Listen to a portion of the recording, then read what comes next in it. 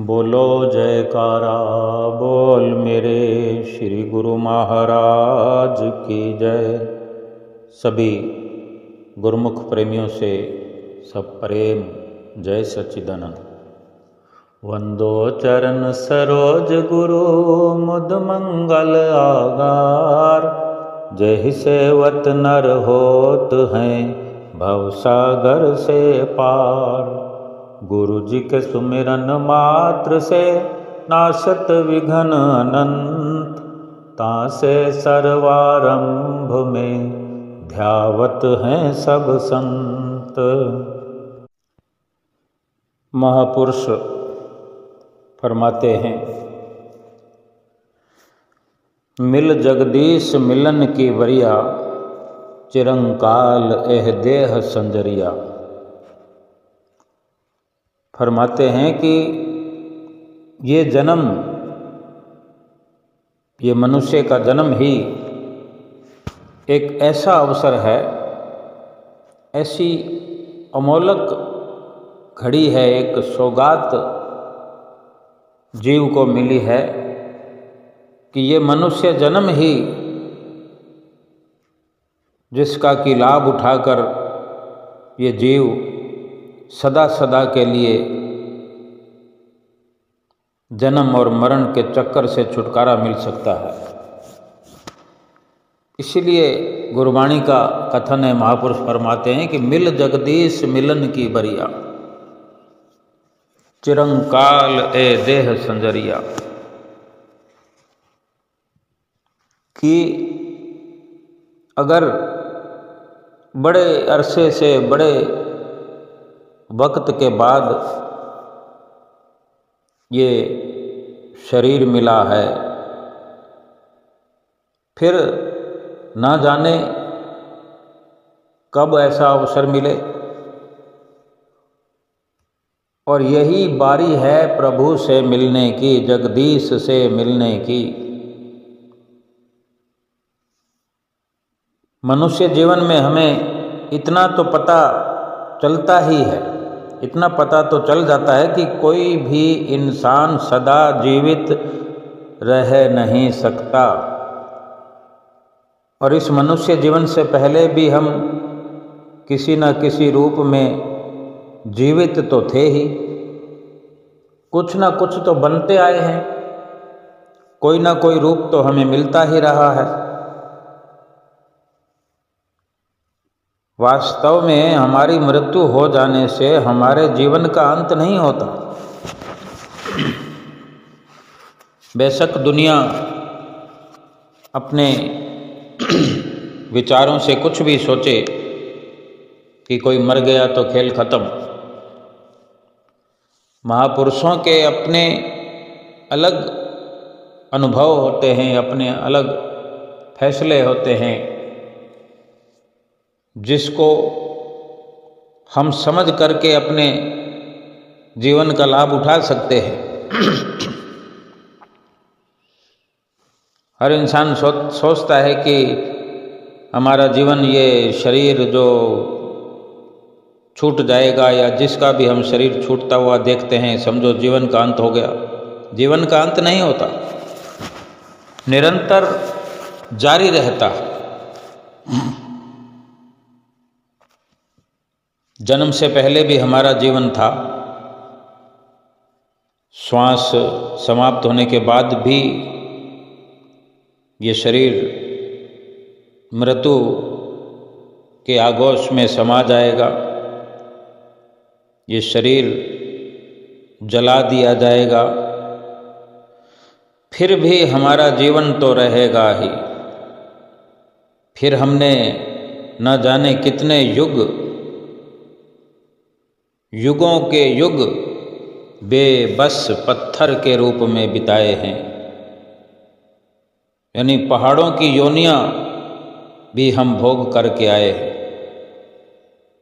कभी हम इसी संसार में पेड़ पौधों के रूप में आए, कभी भेड़, कभी बकरी, कभी गाय, कभी भैंस, तो कभी और कई प्रकार के पशु, कभी पक्षी। हर योनि में दुख और उलझने ही उलझने रही, सुख और शांति तो किसी योनि में मिली नहीं। उस सृजनहार प्रभु ने अपनी सृष्टि में अनेक अनेक प्रकार के जीव पैदा किए हैं, लेकिन मनुष्य योनि सबसे उत्तम, सबसे श्रेष्ठ बनाई है, क्योंकि इसी मनुष्य योनि में सतगुरु की सच्ची भक्ति के द्वारा सदा के लिए 84 के चक्कर से छुटकारा पाया जा सकता है। और हमें तो परमात्मा की सच्ची दरगाह से, परमात्मा के घर से, परमात्मा के आशीर्वाद से, उनकी दया से, कृपा से श्वासों की अनमोल अमूल्य पूंजी भी इसीलिए ही दी गई है, बख्शिश की गई है। ये दया हम पर हुई है ताकि हम इन श्वासों की पूंजी का इस्तेमाल करते हुए, इसका सदुपयोग करते हुए प्रभु के सच्चे नाम की कमाई करें और उसकी सच्ची दौलत से माला माल हो करके खुशी खुशी परमात्मा के घर लौटें। अगर हमारे हृदय में परमात्मा के नाम का सुमरन चलता रहेगा, जाप चलता रहेगा, ध्यान लगा रहेगा, तो वो प्रभु, वो परमात्मा हमारी हर पल रक्षा करते रहेंगे, हमारा ध्यान रखेंगे, जरूर रक्षा करते रहेंगे। क्योंकि परमात्मा जो हमें सतगुरु के रूप में मिले हैं, हमारे सतगुरु श्री गुरु महाराज जी श्री आनंदपुर धाम के वासी सच्ची सरकार अंतर्यामी हैं। अपने भीतर, अपने हृदय में, अपने अंतर में उसके नाम का सुमरन करने से तथा हर पल विनती करने से, पुकार करने से वे जरूर सुनते हैं, क्योंकि वो मालिक तो हमारे घट घट में, हर किसी के हमारे हृदय में भी विराजमान है। सुमरन करते रहें, ध्यान करते रहें, भजन बंदगी करते रहें, भीतर ही भीतर पुकार करते रहें। भजन सुमरन आत्मा की रूहानी खुराक है। जिस प्रकार हम अपने शरीर को स्वस्थ रखने के लिए भोजन करते हैं, शरीर को भोजन खिलाते हैं, शरीर की खुराक जिसे हम कहते हैं, जो भी सब्जी, तरकारी, रोटी, ये सब शरीर की खुराक है। ऐसे ही भजन सुमरन जो है हमारी रूह की रूहानी खुराक है। चाहे हम घर में हों, चाहे बाहर हों, आत्मा को उसकी खुराक मिलती रहनी चाहिए। इस ओर से, आत्मा की ओर से हमें लापरवाह नहीं होना चाहिए। जैसे शरीर की हम परवाह करते हैं, हमारा फर्ज है कि हमारी आत्मा का भी हमने हर वक़्त ख्याल रखना है। आत्मा को हर वक़्त उसकी खुराक मिलनी चाहिए। जो परमात्मा का नाम सुमरन करने की हिदायत सतगुरु श्री गुरु महाराज जी हमें दिया करते हैं कि परमात्मा का नाम सब रोगों की अचूक दवा है। आत्मा की खुराक तो है ही, और जितने भी संसार में झंझट हैं, जितनी उलझने हैं, जितनी तकलीफ़ें हैं, जितने दुख हैं संसार में, चाहे शारीरिक हैं, मानसिक हैं, आर्थिक हैं, जितना भी कले कले संसार में फैला हुआ है, उसके असर में आया हुआ ये जीव है। अगर परमात्मा के नाम का सुमरन करता है, करता रहेगा, सतगुरु की शरण में बैठ करके, सतगुरु की संगत पा करके, सतगुरु का ध्यान करते हुए उनकी शरण संगत का लाभ उठाते हुए सुमरन अगर करता रहेगा तो सभी प्रकार के दुख तकलीफ़ें, हर प्रकार की उलझनें मुसीबतें हर वक्त दूर रहेंगी। सब रोगों की दवा और अचूक दवा है। हमें चाहिए कि मन को कभी बेलगाम न भटकने दें। ये तो हम अक्सर सुनते ही हैं, सत्संग में सुनते हैं, पोथियों में पढ़ते हैं कि भजन सुमरन करना है, भजन सुमरन करना है, 5 नियमों की पालना करना है। वो एक निश्चित समय है, भजन सुमरन कर लिया,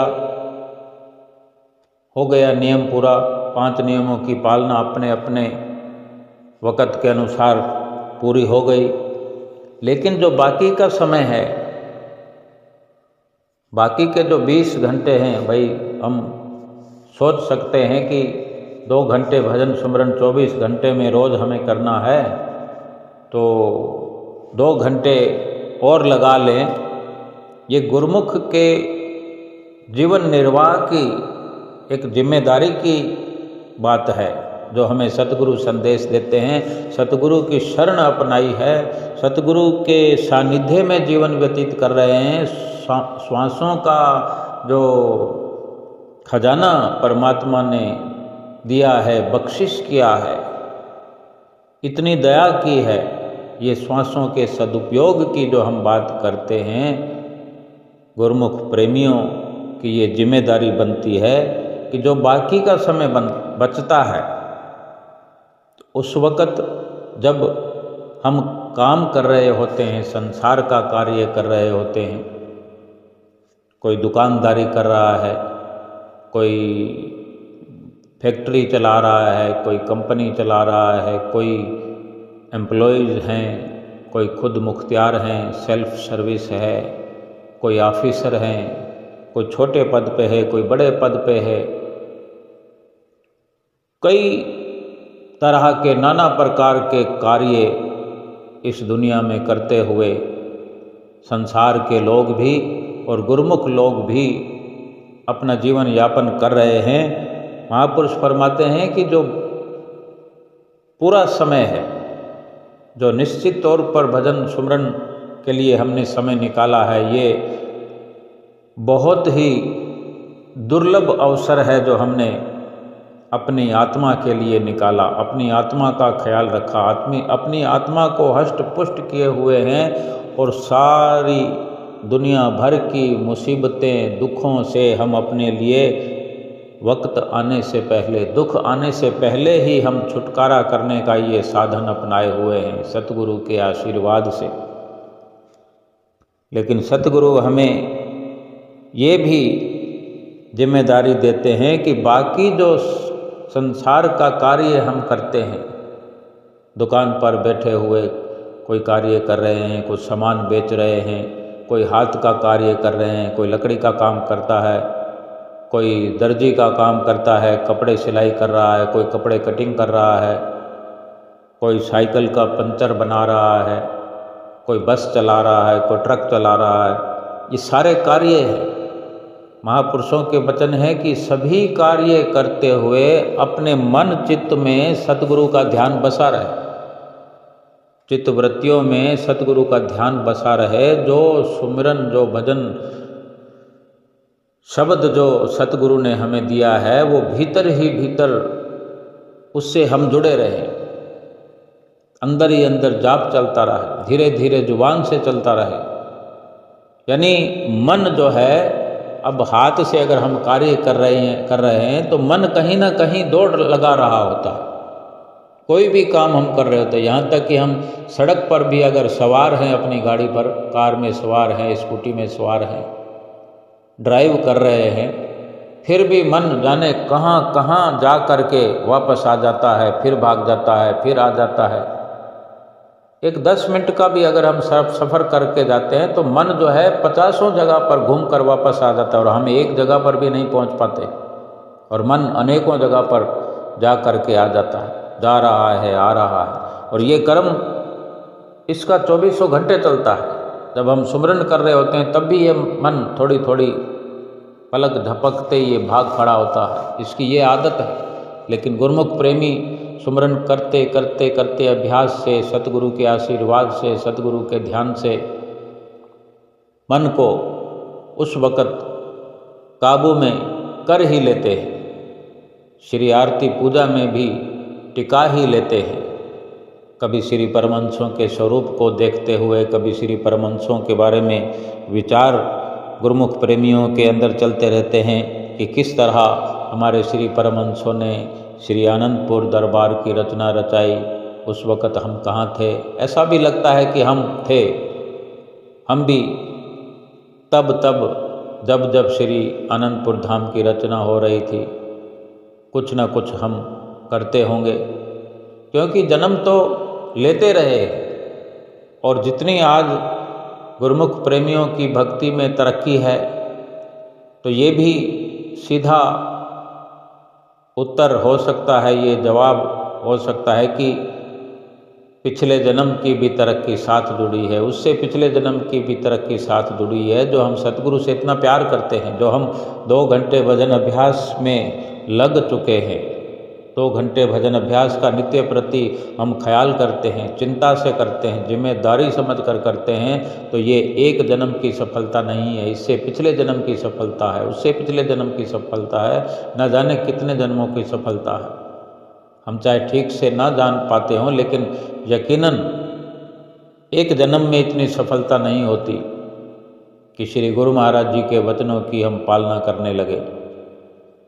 इसलिए हमें महापुरुष आगाह करते हैं कि इस जीवन में जो जीवन निकल गए उसका ख्याल करने के बजाय जो जीवन आने वाला है, जो समय आने वाला है, उसके बारे में सोच विचार करने के बजाय जो जीवन अभी है, जो वक्त अभी है, ये वर्तमान जो समय है, जो पल, जो घड़ी हमारे हाथ में है, जो हम इस वर्तमान घड़ी में, इस पल में जो विचार कर रहे हैं, वो विचार हमारा ये हो कि हमारा जो ध्यान है, हमारा ये श्वास है, ये मिला हुआ जो समय है, ये मनुष्य जन्म का, इसका हर पल पल का इस मनुष्य जन्म का हिस्सा श्वास श्वास में सतगुरु के ध्यान में लगा रहे, मन जुड़ा रहे।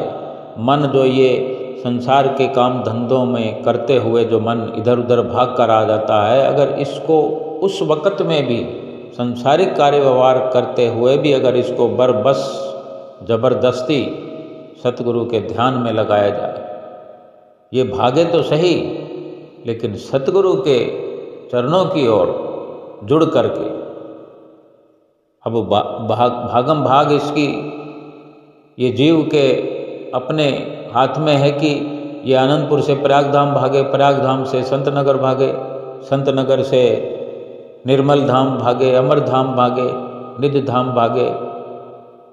तो ये भी तो भागम भाग हो सकती है। और भागते ही हैं गुरुमुख प्रेमियों का मन कहाँ रहता है? सतगुरु के चरणों में रहता है। सेवक अपने स्वामी के बारे में सोचता है, भगत भगवान के बारे में नहीं सोचेगा तो संसार के बारे में थोड़ी सोचेगा। संसार के बारे में सोचने के लिए पूरा संसार बैठा हुआ है, सोचता रहेगा, सोचे। हर किसी का अपना विचार है, लेकिन महापुरुष जो समझाते हैं हमें, वो पूरा गुरुमुख बनाने के लिए, आत्मा को पूरी खुराक देने के लिए कि ये जन्म जो है पूरा सफल हो जाए।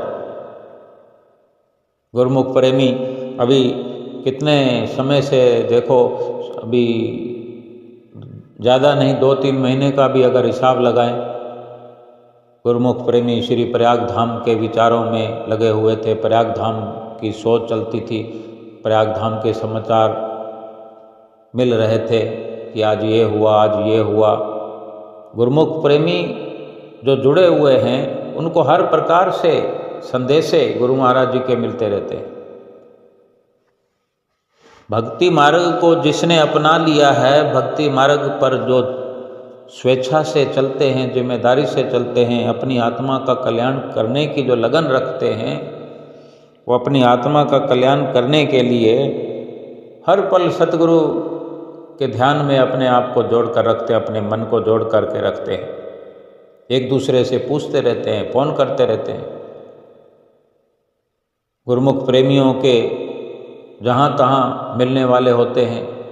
ये संबंध की बात है, रिश्ते की बात है, संसारिक रिश्ते बनाता है संसार में। एक दूसरों से कोई एक शहर से दूसरे शहर में रिश्तेदारी है, कोई मिलनसारी है, कोई दुकानदारी की खरीद फरोख्त है, कोई दोस्ताना है, मित्रता है।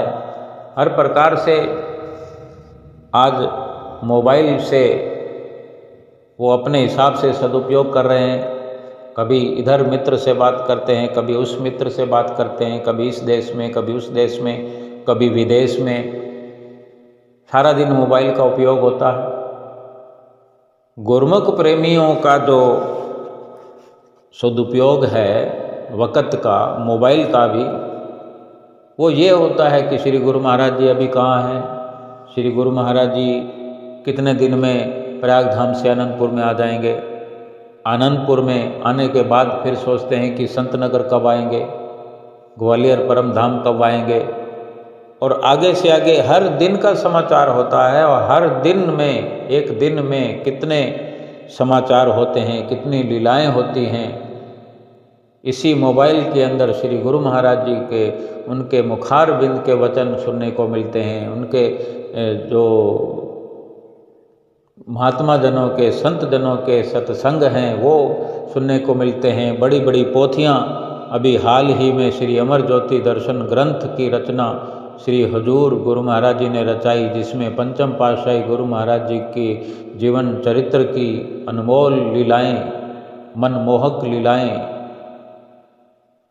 अनुपम लीलाएं भरी हुई हैं। और उनके साथ श्री परमहंसों का, सभी का मिला जुला सत्संग, उनके अनमोल वचन, सब कुछ हितकारी है गुरुमुखों के लिए। अगर उनका स्वाध्याय किया जाए उत्सुकता से, हमें ये लगन हो, हर गुरुमुख प्रेमी चाहे दुकानदारी करता है, संसार का कार्य करता है, बीच बीच में अवसर मिलता है, जब खाली हो जाते हैं, या ऐसा अवसर ना भी मिले तो ये मोबाइल का सदुपयोग फिर क्या है। इसमें सत्संग है, इसमें वचन है। श्री आनंदपुर दरबार के सत्संग रोज आते हैं, और भी अनेक माध्यम हैं सतगुरु के चरणों से जुड़ने के। अथा सत्संग हैं, वाणियाँ हैं। श्री दरबार की रचना के बारे में केवल एक स्पीकर को, मोबाइल को चलाकर छोड़ दें और अपना कार्य करते रहें, जेब में पड़ा रहे मोबाइल, गुरु महिमा सुने, श्री आरती पूजा सुने। यानी हर कार्य को करते वक्त अगर ऐसी एक हल्की सरसरी तौर पर हमारी आदत, हमारा अभ्यास रहे कि हमने मन को जो है सत्संग से जोड़ करके रखना है। अपने कार्य को करते हुए, किसी भी कार्य करते हुए अंतर आत्मा से, अपने अंतर हृदय से अपने मन को, जो ये जहाँ मर्जी भागकर चक्कर लगाकर आ जाता है, तो ये भक्ति मार्ग में, भक्ति की राह पर ही चक्कर लगाता रहे। इस मन को अगर जाने दें तो केवल वहीं कि सतगुरु का पता लगाओ, संतों का पता लगाओ, कुटिया का पता लगाओ, कुटिया में कब सत्संग है, कुटिया में क्या प्रोग्राम है, कौन सा त्यौहार आने वाला है, समय समय पर हम देखें। हमारे मोबाइल में सब समाचार हैं, संक्रांति कब है, जन्मदिन कब है, कब कब ये अवसर हमें मिलते हैं, हम देख कर रखें। फिर उन्हीं के हम विचार अपने मन मंदिर में विचारों का मंथन करते रहें कि फलां दिन ये अवसर है तो हम कितने बजे पहुँचेंगे। दरबार में पहुँचना कभी कभी होता है, लेकिन कुटिया में, आश्रम में या अपने घर में शुभ संक्रांत आने वाली है तो हमने उठकर श्री गुरु महाराज जी को संक्रांत की बधाई देनी होती है, परमहंसों को मत्था टेकना होता है। अगर ये सब इस प्रकार से हमारा जीवन बना रहेगा, प्रोग्राम बना रहेगा, तो रात को ही हम इस चिंता में सोएंगे, सुबह उठते ही श्री परमहंसों को बधाई देंगे, तिलक लगाएंगे, और ये ख्याल फिर दिन भर इस प्रकार बना रहेगा कि हमने तो यहाँ घर में इतना किया, आज श्री गुरु महाराज जी श्री आनंदपुर में शुभ संक्रांत मना रहे होंगे, श्री परमहंसों को तिलक लगा रहे होंगे, और फिर जो शुभ संक्रांति के दिन जल्दी दर्शन खुलते हैं तो श्री हुजूर गुरु महाराज जी को महात्मा जन शुभ तिलक लगाते हैं, श्री हुजूर गुरु महाराज जी की श्री आरती उतारते हैं। कितना वो सुंदर समय होता है, हम अपने मन को बांध सकते हैं। और इस प्रकार अगर हम महापुरुषों की जो हिदायतें हैं हम उन पर अमल करें तो हम जानते हैं कितना लाभ होगा। आत्मा के लिए भरपूर राशन पानी हम इंतजाम करके रखते रहेंगे, लेकिन जो आधे अधूरे कार्य करते हैं भक्ति मार्ग में, तो आत्मा को खुराक मिलती तो है लेकिन पूरा लाभ नहीं मिल पाता।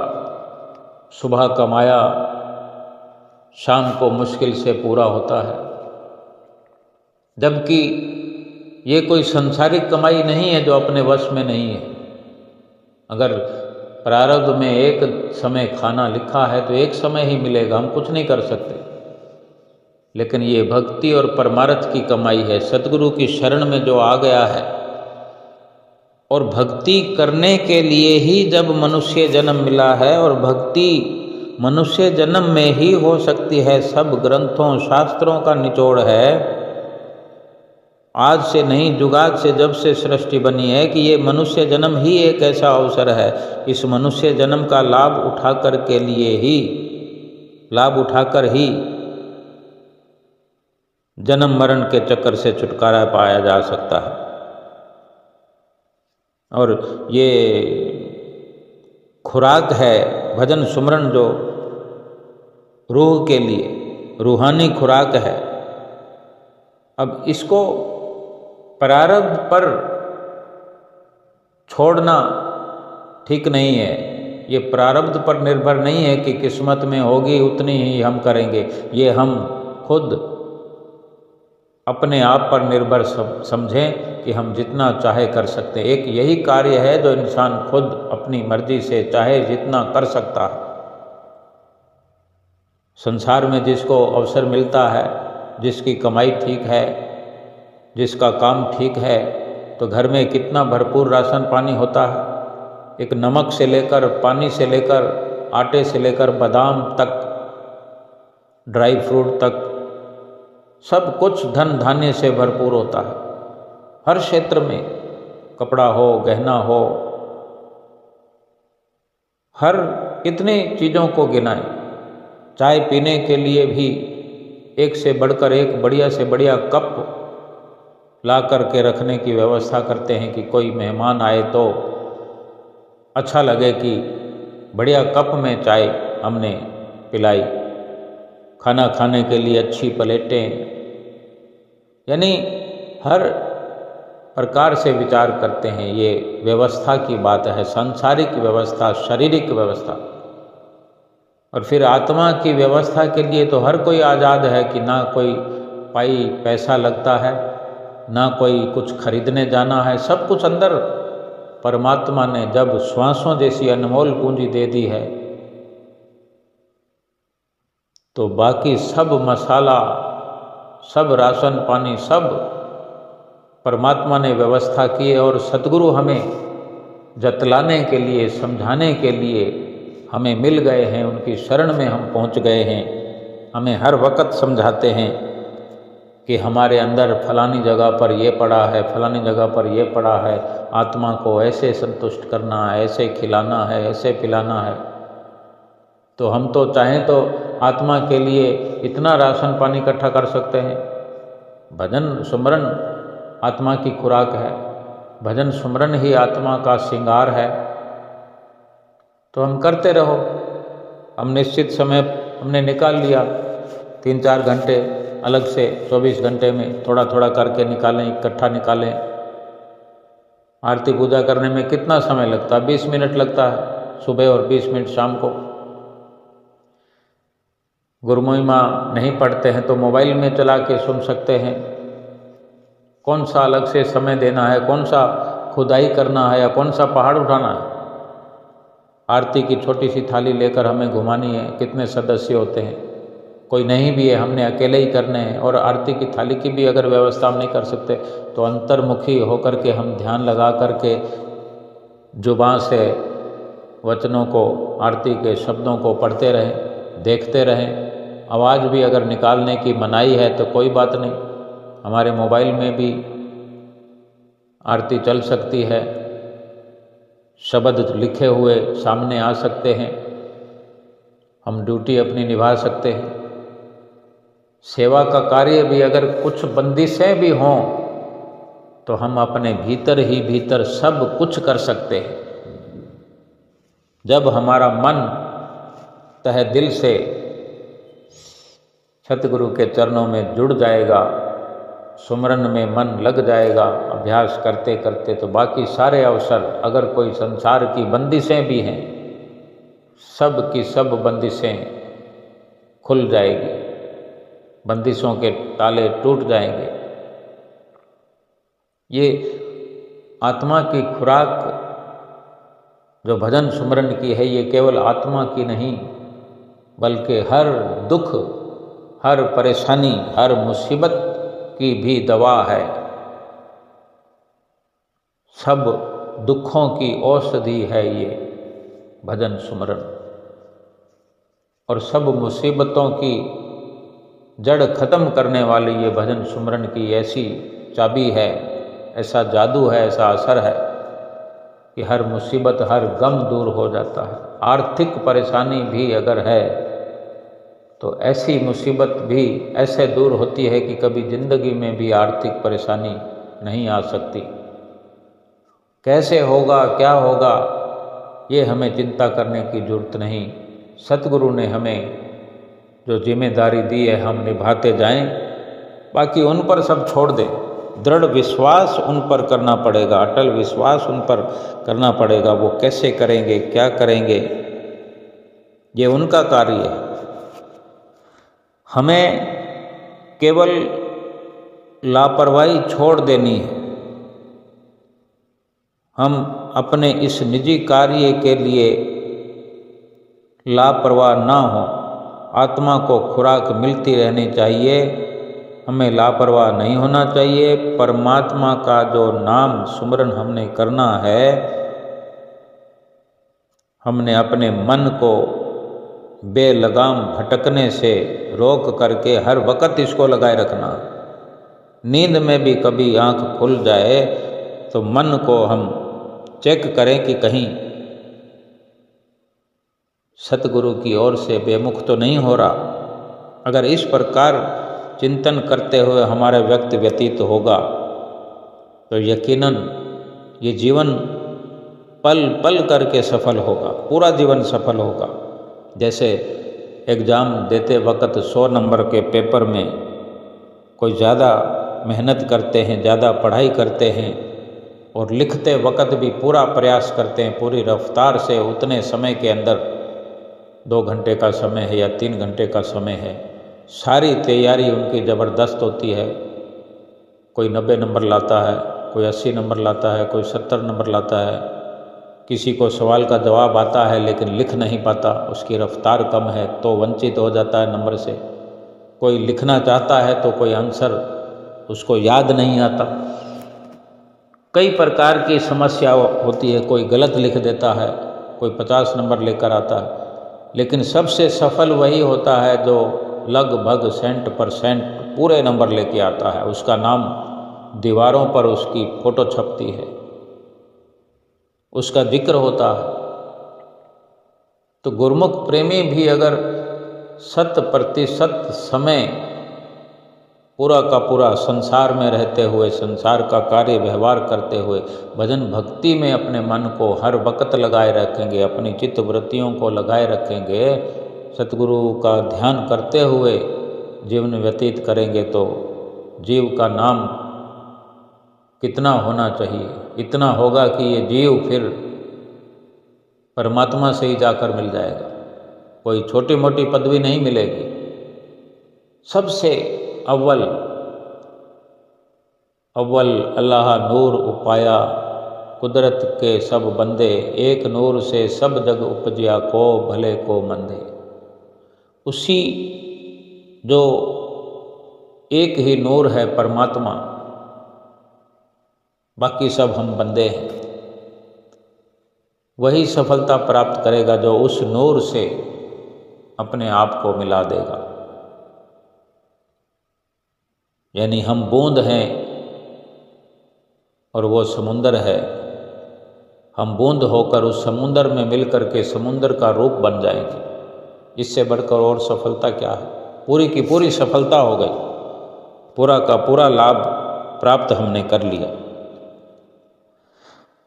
तभी तो आगाह करते हैं कि हाथों पैरों से संसारिक कार्य करते हुए भी मन उस वक़्त क्या खाली होता है। जब हाथों पैरों से अधिकतर काम करते हैं तो मन उस वक़्त जगह जगह पर दौड़ कर आता है। मन को तो लगाना पड़ता है। बहुत सारे कार्य ऐसे होते हैं जिसमें मन हम लगाते हैं, जैसे कोई हिसाब किताब लगा रहे हों, कोई गणित के नंबर जोड़ रहे हों, क्योंकि मन अगर नहीं होगा तो हम उल्टा सीधा जोड़ देंगे। यानी ये जीव अपने मन को जहाँ चाहे लगा सकता है, जब चाहे जोड़ सकता है। जब किसी कार्य की हम प्रमुखता समझेंगे, प्राथमिकता समझेंगे, तभी उसमें लगाएंगे। हम संसारिक कार्यों में भी बहुत से ऐसे कार्य हैं जिसमें मन को साथ लेकर ही बैठते हैं। थोड़ी सी चूक होने पर, थोड़ा भी मन इधर उधर होता है तो काम गलत हो जाता है। तो ये भी जो कार्य है आत्मिक कल्याण का, सतगुरु के वचनों पर चलने का, भजन सुमरन करने का, अगर हम ये समझ लेते हैं कि ये हमारी प्राथमिकता बन जाए, ये हमारी ज़रूरत है, आत्मा की खुराक सर्वोपरि है। सबसे पहले हमारी आत्मा की खुराक की जिम्मेदारी है। सुबह उठने से लेकर रात को सोने तक सबसे पहले ये जरूरी है कि अगर आत्मा हष्ट पुष्ट है तो फिर शरीर का तो बाल बांका हो ही नहीं सकता। जो आत्मा की खुराक की परवाह करता है, फिर शरीर की खुराक की परवाह परमात्मा करता है। उसके लिए रिद्धियाँ सिद्धियाँ उसके इर्द गिर्द खड़े होकर शरीर को हष्ट पुष्ट करने में लग जाती है, हर प्रकार की। तभी तो ये शास्त्रों में, ग्रंथों में ये सार वचन आते हैं। सब रोगों का औषध नाम, यानी सब रोगों के लिए जो औषधि है वो नाम सुमरन में है। ये सब रोगों की दवाई है। और हमें वही महापुरुष सिखा रहे हैं कि आत्मा के लिए नाम का चिंतन करो, शरीर की चिंता करने की जरूरत नहीं। और जो आत्मा के कल्याण के रास्ते पर नहीं है, आम दुनियादार की हालत हम जाकर देखें। एक सीधी सी बात है, गुरुमुख के जीवन को हम पढ़ने का प्रयास करें, देखने का, समझने का प्रयास करें। और जो एक गुरुमुख नहीं है, आम इंसान है, उसके पास रुपया पैसा भी बहुत है, सब कुछ धन धान्य भरपूर है, उसके जीवन को भी देखने के लिए हम प्रयास करें। यही निचोड़ निकलेगा कि गुरुमुख का जीवन जो है अव्वल है, बहुत ही अव्वल जीवन जो है एक गुरुमुख का है इस संसार में। हर प्रकार से कभी जुबां पर कोई शिकवा नहीं, कोई शिकायत नहीं, मन मस्त है उसका, भजन भक्ति में लीन है, क्योंकि गुरुमुख अपने मन को साधते हैं। भक्ति करने का मतलब साधना है। और साधना किसको है? कोई शरीर को थोड़ी साधना होता है। शरीर को साधने का, शरीर से जो प्रयास करते हैं, एक्सरसाइज करते हैं, वो शरीर की खुशहाली के लिए, शरीर को चुस्त दुरुस्त रखने के लिए बेशक ये बहुत अच्छी लाभ वाली बात होती है, जितना भी प्रयास करते हैं। लेकिन जितनी भी क्रियाएं हैं संसार की, इसमें जो मन को साधने का कार्य है, भक्ति के मार्ग पर चल रहे हैं और मन को साधने का हमारे पास समय नहीं है, मन को हमने साधना शुरू नहीं किया है, मन भाग रहा है कभी इधर कभी उधर, जिसको हम रोक सकते हैं, जिस पर लगाम लगा सकते हैं। अगर इस मनुष्य जीवन में ये अवसर मिला हुआ है, हम अपने मन पर लगाम नहीं लगा सकते, तो फिर क्या 84 लाख योनियों में जा कर के मन पर अपना काबू करेंगे, अपने मन को भगवान के रास्ते पर लगाएंगे? 84 लाख योनियों में थोड़ी अक्ल और बुद्धि होती है, फिर वो तो भोगना पड़ता है। हम कहीं जानवर बने हुए होंगे, हमारा कोई मालिक होगा जो चाबुक से हमें मार रहा होगा, हमें चला रहा होगा, हमें चलते जाना पड़ेगा। आज हमें मनुष्य जीवन में सबसे बड़ा लाभ है कि सतगुरु की शरण मिली हुई है। सतगुरु हमें प्यार से चला रहे हैं भक्ति के मार्ग पर। आरती में हम रोज गाते हैं सतगुरु की सिफत में, शुभ मग के उपदेशक, रोज आरती गाते हैं, ओम जय श्री जगतारण, शुभ मग के उपदेशक, यम त्रास निवारण, यम त्रास निवारण, ओम जय श्री जगतारण। कि सतगुरु की जय हो जो शुभ मग के उपदेशक हैं। शुभ रास्ता, शुभ मग क्या है? भक्ति का रास्ता ही है। ये जो परमहंसों ने हमारे लिए बना है, शुभ मग के उपदेशक हैं। इस रास्ते पर चलाने के लिए रात और दिन उपदेश करते हैं। नाम की बख्शिश हमें करी है। यमों की त्रासनाओं का निवारण करने वाले हैं, यम त्रास निवारण। ये बिना नाम जपे, बिना भजन किए, बिना स्मरण किए, बिना भक्ति किए यम की जो त्रासनाएं हैं मिटने वाली नहीं है। अगर मिटती तो फिर मिट गई होती, मनुष्य जीवन में आने की जरूरत ना होती।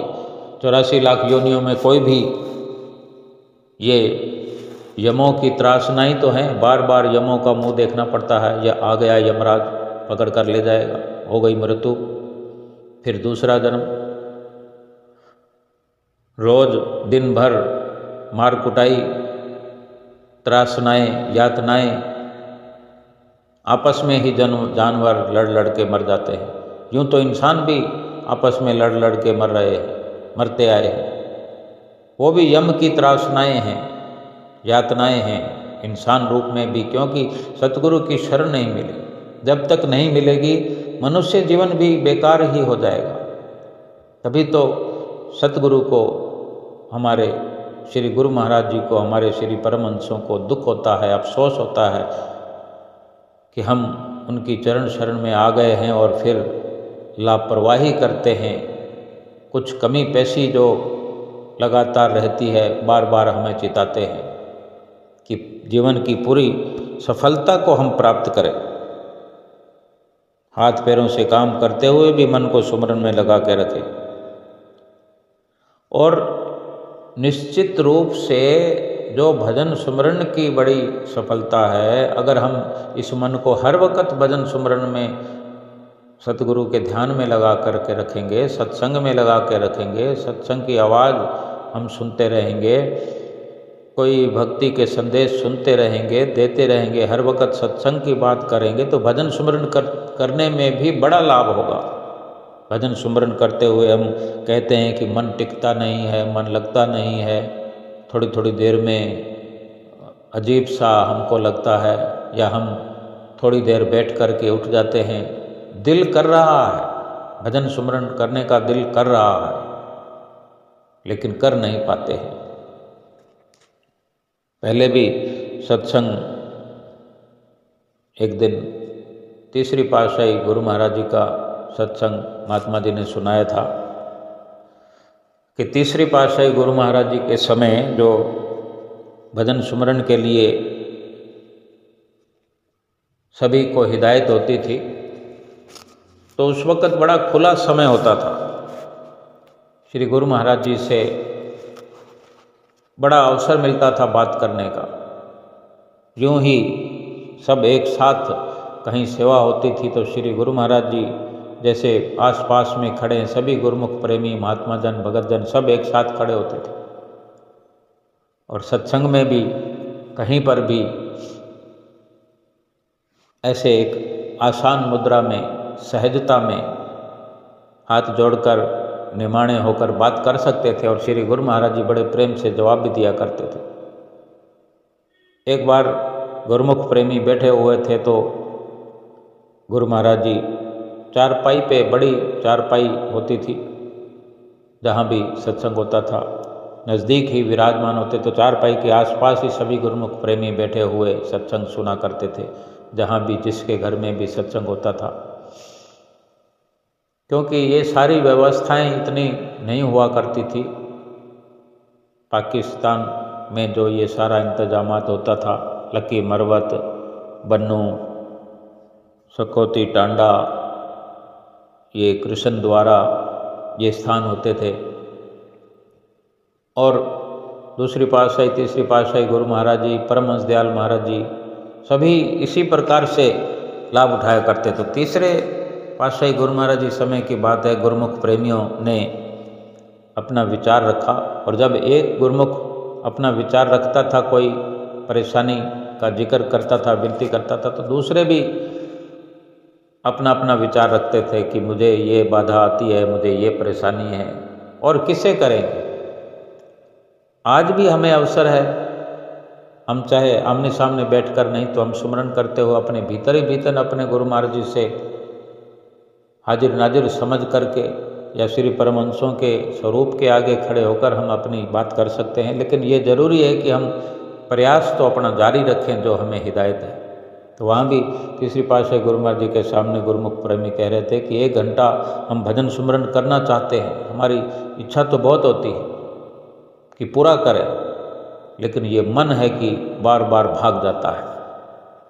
तब श्री गुरु महाराज जी ने वचन फरमाए। जब अधिकतर गुरुमुख प्रेमियों ने इसी प्रकार के, कोई कहता है हमें दूसरे दूसरे ख्याल आने लगते हैं, कोई कहता है दुनिया के लोग हमें दिखने लगते हैं, हमारा मन जाने कहाँ चला जाता है, सुमरन से हमें उठ खड़े होना पड़ता है। तब श्री गुरु महाराज जी ने वचन फरमाए कि जब भी भजन अभ्यास करो, सामने श्री गुरु महाराज जी का स्वरूप रखो, दर्शन करते हुए आंखें बंद करो, सुमरन करते हुए जब भी बंद आँखों में ख्याल भटकने लगे, मन भटकने लगे, सतगुरु के ध्यान से मन हटने लगे, तो आंखें खोलकर फिर सतगुरु के स्वरूप का ध्यान करो। और जब ध्यान करो तो टकटकी लगाकर ऐसे करो कि एक बार श्री गुरु महाराज जी आँखों के रास्ते उतर करके मस्तक पर विराजमान हो जाए। तो हम ये सीधी सरल बात महापुरुषों की समझें कि अगर हमें गहराई से लाभ उठाना है, जीवन को सफल करना है, सुमरन में हमने सफलता प्राप्त करनी है, तो जब भी हम श्री आरती पूजा करें, जब अलग से तो हमने दर्शन करते वक्त टक लगा करके दर्शन करना ही है, सुमरन करते हो, लेकिन जब जब ऐसा होता, आरती पूजा के लिए हम कितनी देर खड़े होते हैं, पूरा ध्यान सतगुरु के स्वरूप की ओर लगाए रखें, तो उस वक्त भी मन लगेगा। और उस वक्त जो मन लगा करके हम आरती करते हैं, श्री गुरु महाराज जी के स्वरूप का ध्यान करते हैं, तो वो ध्यान सतगुरु का स्वरूप जो है मन मंदिर में बस जाता है। और ये सारी अवस्था जो है इस प्रकार की, ऐसा जो प्रयास है, ऐसा अभ्यास है, फिर सुमरन के अंदर सफलता होती है।